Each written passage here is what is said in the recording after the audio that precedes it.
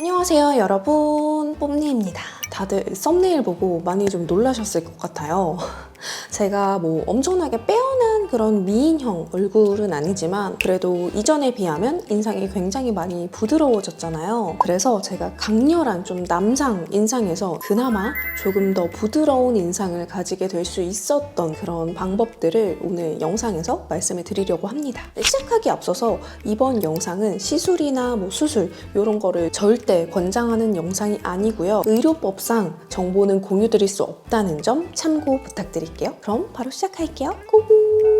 먼저 제 인상이 부드러워질 수 있었던 가장 큰 요인은 아무래도 앞트임 복원인 것 같아요. 제가 원래 좀 앞트임이 과하게 되어 있었던, 심지어 이 모양이, 앞모양이 굉장히 뾰족했던 그런 눈이었어요. 많이 트여있는 데다가 뾰족하기까지 하니까 인상이 굉장히 강렬해 보였거든요. 근데 그게 저한테 좀 많이 컴플렉스였고 스트레스가 됐어요. 그래서 오랜 시간 고민을 하고 발품을 팔아서 앞트임 복원이라는 수술을 진행하게 됩니다. 그래서 제가 앞트임 복원에 대해서는 영상을 따로 올려놓은 게 있기 때문에 그 영상을 참고해주시면 더 좋을 것 같고요. 저는 앞트임을 하고 인상이 정말 많이 바뀌었고 그 다음에 앞트임 복원을 하면서 인상이 다시 바뀌게 된 케이스예요. 그렇기 때문에 앞트임을 고민하시는 분들 정말 충분히 고민을 해보시고, 앞트임 복원이라는 수술 자체도 회복 기간이 꽤 오래 걸려요. 붓기 같은 거는 그렇게 심하지 않고 큰 붓기 이런 거는 금방 빠지지만 쌍꺼풀이나 이런 거랑은 좀 다르게 자리를 잡는데 굉장히 오래 걸려요. 어쨌든 근육을 다시 또 재배치를 해야 하다 보니까 회복 시간이 생각보다 꽤 오래 걸립니다. 그래서 저도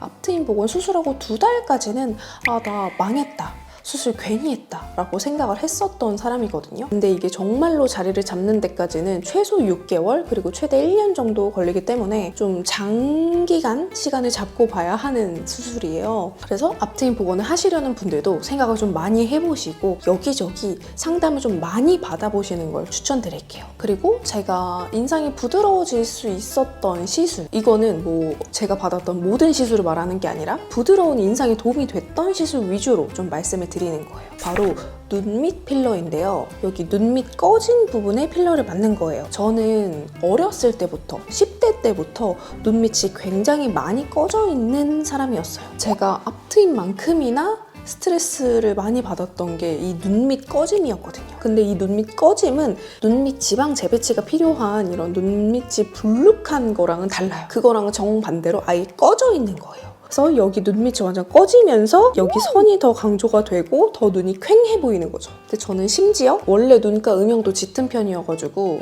10대 때 별명이 팬더였어요. 그 정도로 눈밑이 많이 패여 있었는데 이게 정말 너무너무 스트레스 받더라고요. 나는 피곤하지 않은데, 나는 지금 너무나도 쌩쌩한데 항상 피곤해? 라는 말을 너무 많이 들었고, 이 눈밑 꺼짐 때문에 메이크업 없이 민낯으로 나가는 게 좀 부끄러울 정도였어요. 그래서 고민을 많이 하다가 눈밑 필러를 맞게 됐는데요. 이거는 한 4, 5년 전에 맞았어요. 근데 저는 정말 너무 만족스러웠고요. 이거는 또 애교살 필러랑은 달라요. 애교살은 여기, 이 애교살에 맞는 거고, 눈밑 꺼진 필러는 이 꺼진 부위 여기에다가 필러를 주입을 하거든요. 근데 어쨌든 눈가에 주사로 그 약물을 주입을 한다는 게 너무 무서웠어요. 근데 어쨌든 그 무서움을 조금 한번 참고 맞고 나니까 너무 만족스럽더라고요. 그래서 한 번 맞고 그 후에 한 번 더 맞았었는데 그 후로는 이제 맞지 않고 있습니다. 아무리 이게 필러가 조금 빠졌어도 예전만큼 막 퀭한 느낌이 없어가지고 뭐 언젠가는 또 맞게 될 수도 있겠지만 아직까지는 뭐 더 추가적인 시술은 하지 않고 있고요. 근데 지금 현재 너무 만족스러운 상태입니다. 근데 이게 또 눈 밑이 꺼져서 퀭해 보이는 건 보완해줄 수 있지만 이 눈가의 음영 이런 거는 커버를 해줄 수가 없어요. 그거는 그냥 메이크업을 하셔야 합니다. 그렇기 때문에 이 눈가의 음영을 커버하고 싶다, 아니면 눈밑이 불룩하게 튀어나온 걸 좀 평평하게 하고 싶다 하시는 분들은 눈밑 필러는 비추고요. 저처럼 여기 눈밑이 푹 들어가서 여기가 너무 이제 퀭해 보이는 분들, 그런 분들은 눈밑 꺼진 필러 한번 조금 고려를 해보셔도 괜찮지 않을까 싶어요. 다만 너무 무분별한 시술은 비추입니다. 그리고 세 번째는 반영구 제거예요. 제가 원래도 눈썹도 짙고 숱도 많고 이 눈썹 모두 억센 편인데 20대 초반에 그냥 당연하게 해야 된다고 생각을 했어요. 그리고 심지어 제가 아이라인 반영구를 고등학교 졸업 선물로 엄마가 해준 상태였거든요. 그러니까 뭔가 아이라인 반영구가 되어 되어 있는 상태니까 이렇게 눈썹도 해볼까? 그리고 눈썹 그리는 것도 너무 귀찮고 그 당시에는 그래서 눈썹 반영구를 합니다. 그 짙은 눈썹을 갖고 있으면서 뭐하러 반영구를 또 했는지 모르겠는데 반영구를 했어요. 근데 또 반영구가 시간이 지나면 이게 약간 색이 빠지면서 푸르댕댕해지거나 붉어지거나 그렇잖아요. 저는 약간 푸르게 빠지는 케이스였어요. 눈썹도 그런데 아이라인 반영구가 이게 나중에 약간 번져요. 그러면서 제 쌍꺼풀 라인을 좀 침범을 해서 쌍꺼풀 라인이 더 낮아 보이고 그렇게 만들더라고요. 눈매가 항상 좀 지저분해 보이는 그렇게 만드는 요인이 됐어요. 그래서 고민하다가 제가 앞트임 복원 이후에 한 6개월 정도 지나고 나서 눈썹 반영구, 아이라인 반영구를 지우게 됐는데요.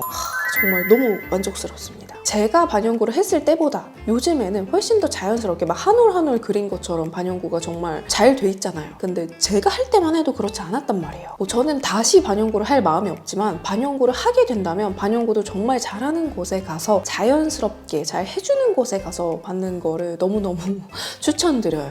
특히 저처럼 T존이 이미 강하고 눈썹이 이미 좀 두껍고 눈썹모가 억세고 그런 분들은 굳이 반영구를 해야 될 필요는 없다고 생각해요. 차라리 아이브로우 바 같은 데 있죠. 그런 왁싱샵 같은 데 가서 눈썹 왁싱을 받고 그냥 여기 끝에만 살짝 그려주는 게 더 도움이 될 것 같습니다. 그리고 5번째는 렌즈인데요. 제가 렌즈를 포기를 못하는 사람이에요. 제가 눈 크기에 비해서 눈 동자가 작은 편이고 또 중안부가 긴 편이에요. 이런 저 같은 특징을 가지고 있는 사람들이 직경이 작은 렌즈를 끼거나 좀 눈이 더 흐려 보이는 그런 렌즈 있죠. 일명 혼혈 렌즈라고 불리는 그런 렌즈들을 끼면 눈이 더 약간 삼배간처럼 과해 보이고 중안부나 이런 코 크기 뭐 이런 강한 T존이 더 부각이 되거든요. 그래서 저는 딱 지금 직경에 이런 그래픽의 렌즈를 선호하는 편이에요. 직경은 아마 사람마다 다 다를 거예요. 근데 저는 보통 13.2, 13.3 정도를 선호를 합니다. 그게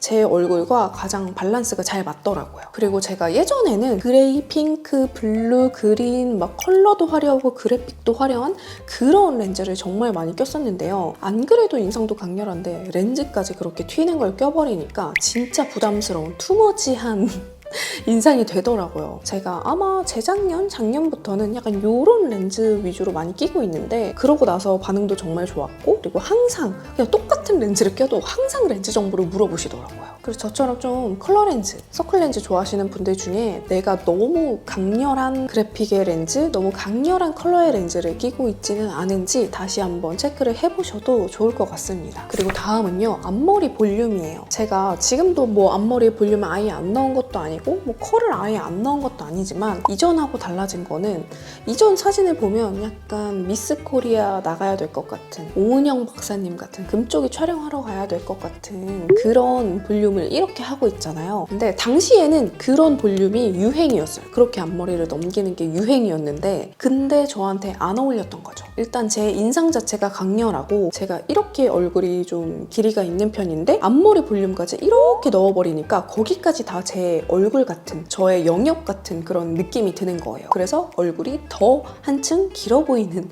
역효과를 냈던 겁니다. 그래서 지금은 절대로 그렇게 앞머리 볼륨을 넣지 않고요. 그렇게 앞머리 볼륨을 만약에 넣게 된다면 옆 볼륨도 같이 넣어줍니다. 저처럼 중안부가 긴 분들은 이렇게 뭐 앞머리를 이렇게 중간 정도에서 좀 끊어 보일 수 있게 그렇게 포인트를 주는 것이 좋고요. 그리고 이렇게 옆 볼륨 같은 거 있죠. 애교머리로 옆 볼륨 포인트를 주는 게 좋고 그리고 귀 뒤에 넘어간 바로 이 부분이 굉장히 중요해요. 그래서 이 부분을 살짝 이렇게 띄워주는 게 좋습니다. 저처럼 좀 중안부가 길고 좀 그런 분들 중에 이렇게 앞머리 볼륨을 좀 과하게 넣고 다니는 분들이 있다면 그 볼륨을 살짝만 죽여주셔도 아니면 그게 나는 절대 포기가 안 돼 하시면 옆 볼륨도 같이 좀 띄워주시는 거를 추천을 드릴게요. 다음으로 제가 정말 인상을 바꾸는 데 있어서 정말 큰 혜택을 받았던 바로 퍼스널 컬러입니다. 저는 퍼스널 컬러의 약간 최대 수혜자 느낌이에요. 제가 유튜브 초창기 때만 해도 퍼스널 컬러를 진단을 안 받았을 때 그때 당시만 해도 퍼스널 컬러라는 그런 게 지금처럼 만연하지 않았어요. 그래서 그때 당시에는 그냥 저는 제 뇌피셜, 제가 쿨톤인 줄 알았어요. 지금의 저는 절대 바르지 않을 저한테 정말 최악의 워스트 컬러인 겨울 쿨톤 컬러들만 골라서 바르고 다녔더라고요. 막 진짜 쨍한 비비드한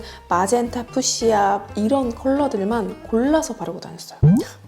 왜 그랬을까? 그러다가 제가 이제 퍼스널 컬러 진단을 받게 됐는데 저는 퍼스널 컬러를 꽤 여러 번 진단을 받았고 진짜 한 번도 쿨톤이 나온 적이 없어요. 그냥 저는 빼박 웜톤입니다. 근데 그중에 첫 번째는 가을 웜 다크톤이 나왔어요. 제가 검정이 섞이면 섞을수록 예쁘다는 거예요.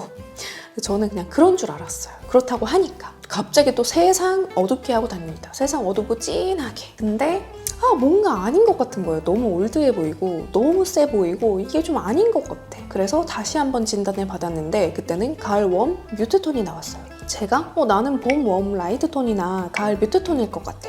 아니면 그거에 걸쳐있지 않을까? 라고 생각을 했었는데 가을 뮤트톤이 나왔습니다.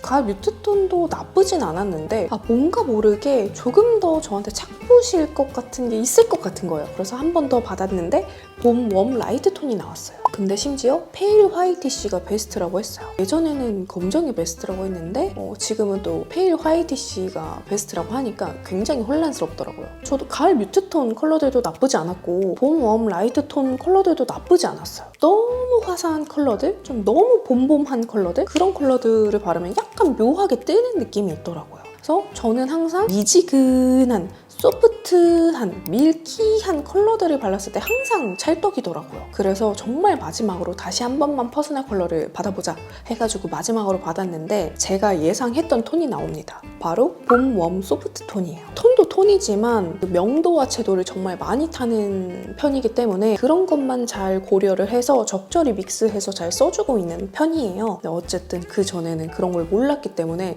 정말 과도기를 보냈었다. 퍼스널 컬러도 받게 된다면 한 번만 받아보지 말고 한 2번, 3번 정도는 좀 받아보시는 거를 추천드릴게요. 그리고 다음은요, 바로 눈썹이에요. 제가 아까도 말씀드렸다시피 눈썹도 진하고 모두 억센데 아이브로우 반영구까지 했었다 그랬잖아요. 근데 거기에다가도 눈썹을 진짜 빼곡하게 그리고 다녔었어요. 왜 그랬는지. 어쨌든 반영구를 지우고 나서도 눈썹을 굉장히 좀 열심히 그리고 다녔거든요. 근데 어느 날 제가 헤어 메이크업 샵에 갔는데 눈썹 염색을 해주시는 거예요. 눈썹 탈색과는 다르게 그냥 눈썹이 조금 더 자연스럽게 밝아진 느낌이 들면서 인상이 갑자기 확 부드러워 보이고 환해 보이는 거예요. 그래서 그 후로 그 염색약을 똑같이 사서 집에서 꾸준히 눈썹 염색을 해주고 있습니다. 중간중간 눈썹 탈색을 또 해본 적도 있었는데 저는 탈색은 정말 아닌 것 같아요. 왜냐면 눈썹 탈색을 하게 되면 염색과는 다르게 눈썹이 굉장히 노랗게 빠져요. 노랗게 빠져버리니까 굉장히 당황스럽고 문제는 눈썹 탈색한 직후보다 그 눈썹이 자라날 때가 대환장 파티입니다. 우리 머리도 노랗게 색을 빼면 나중에 뿌리가 자라날 때 그 계란초밥이라고 놀릴 만큼 그게 굉장히 견뎌내기가 힘들잖아요. 눈썹도 똑같아요. 눈썹 털이기 때문에 계속 자라나고 그 뿌리가 계속 돋보이기 마련이에요. 근데 이거를 눈썹 염색을 자연스럽게 해놨을 경우에는 그렇게 티가 나지 않거든요. 근데 눈썹 탈색을 해놔서 진짜 눈썹이 샛노래. 근데 그러면 뿌리가 더 강조될 수밖에 없어요. 그렇기 때문에 눈썹 탈색을 하는 것보다는 염색을 하는 거를 더 추천을 드립니다. 그리고 저는 눈썹 염색에 그런 수혜도 많이 받지만 제가 눈썹 앞머리를 정리를 하고 나서 인상이 많이 부드러워졌어요. 제가 원래는 눈썹 앞머리가 여기까지 있고 이렇게 파고드는 눈썹이거든요. 이 부분, 눈썹 앞머리 그리고 여기 앞머리 밑부분 여기를 정리해주고 나서 인상이 훨씬 부드러워지고 제가 원래는 여기가 굉장히 눈이랑 눈썹 사이가 가까운 편인데 여기만 정리를 잘 해줘도 트여 보이면서 조금은 멀어져 보이는 느낌이 들더라고요. 눈썹 염색을 무턱대고 하기엔 좀 부담스러울 수 있잖아요. 그러면 여기 눈썹 앞머리 그리고 여기 앞머리 밑부분만 살짝쿵 정리를 해보셔도 조금 더 부드러운 눈매를 가지실 수 있을 거예요. 그리고 다음은